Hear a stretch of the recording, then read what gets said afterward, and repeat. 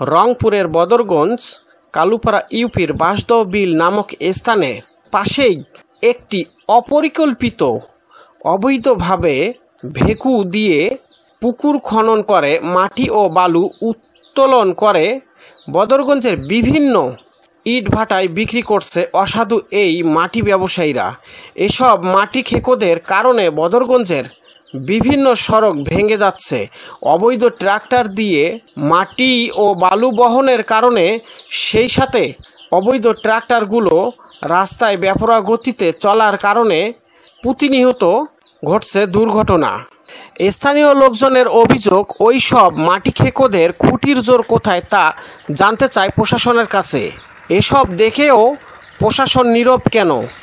বালু খেকো, অবৈধ ট্রাক্টর সহ মাটি খেকোদের বিরুদ্ধে ব্যবস্থা নিতে প্রশাসনের প্রতি অনুরোধ স্থানীয় লোকজনের।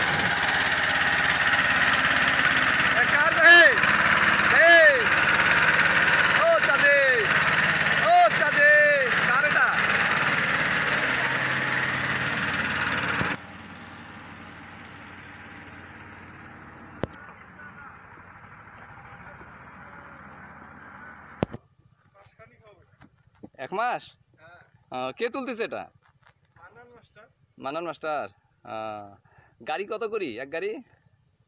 গাড়ির হিসাব না তো, এটা গাড়ি বিক্রি করতেছে না, এমনি পুকুরে পানি থাকে না তো ওই জন্য।